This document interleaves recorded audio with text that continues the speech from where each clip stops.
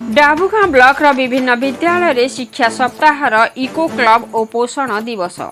नवरंगपुर जिला डाबुगां ब्लॉक विभिन्न विद्यालय रे शिक्षा सप्ताह इको क्लब और पोषण दिवस शनिवार पालित हो जाइछि। एथिरे ब्लॉक सचेतन नहेले भविष्य परिस्थिति अणायत हो। आज शिशु काली देश गठन रे पुरोधा जीव से किपरि निजे सुस्थ रही परिवेश को सुस्थ रखिबो वर्तमान आह्वान। पुष्टिकर पोषण तार मानसिक शारीरिक अभिवृद्धि रे सहाय्य करिबो।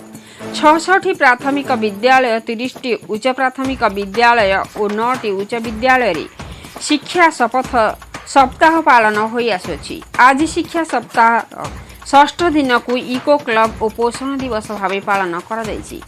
आज उत्तप्त विश्व मनीष जीवन जीविका केते जे दुर्विषह प्रत्येक अनुभव करुछंती। एही परिस्थिति दिन को दिन गुरुतर हेबाकु लागिछि। आज गोटिए सबुज सुंदर समृद्ध देश गठन उद्देश्य रे नै आमको भविष्यत कर्मपंथा स्थिर करबाकू पड़िबो।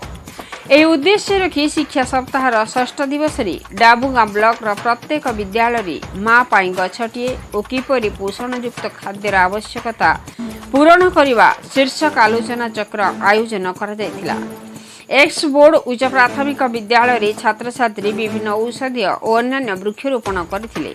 सुषम खाद्य प्रदर्शन करथिले। प्रधान शिक्षयित्री बनलता महांती, शिक्षयित्री अनिता बेहरा, गिरीश बाला जेना, पुष्पांजलि मणि, चिन्मयी पट्टनायक, सस्मिता गुई, शिक्षक दिवाकर बारिक और उमुराहांडी सरकारी उच्च प्राथमिक विद्यालय प्रधान शिक्षक युधिष्ठिर माझी, शिवराम बेहेरा, शुभस्मिता पाड़ी, रश्मि माझी, संगीता विशाल, मौरी, शुभस्मिता साहू, आंचलिक साधन केन्द्र संयोजक प्रसन्न कुमार दंडसेना प्रमुख वृक्षरोपण और रक्षणाबेक्षण पोषणयुक्त खाद्य खाइबार गुरुत्व बुझाई।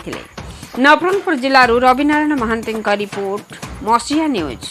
आपण मसीहा न्यूज यूट्यूब चैनल को सब्सक्राइब कले कि जदि करना एबे करनियंतु। एहा सह मसीहा न्यूज फेसबुक और ट्विटर पेज को लाइक और फॉलो करंतु। ता सह मसीहा न्यूज एप आसीगलानी। निज मोबाइल प्ले स्टोर रु डाउनलोड करनियंतु। जय जगन्नाथ।